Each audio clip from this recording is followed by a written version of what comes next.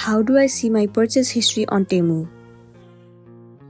The very first thing you want to do is to make sure that the application Temu is already installed on your device. If not, you can head over to your App Store or the Play Store and then install it. Once the app has been installed, open it. Enter a login credential and make sure that you are logged into a specific account. You will land on this page once you are logged in. Now head over to You at the bottom and then proceed to your order.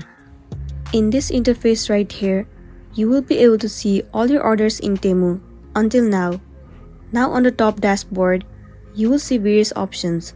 Go ahead and tap on the Delivered option and you will be able to see your purchase history.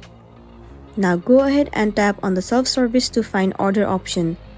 You can now find any order by simply entering your order ID or your email or your payment method or phone number.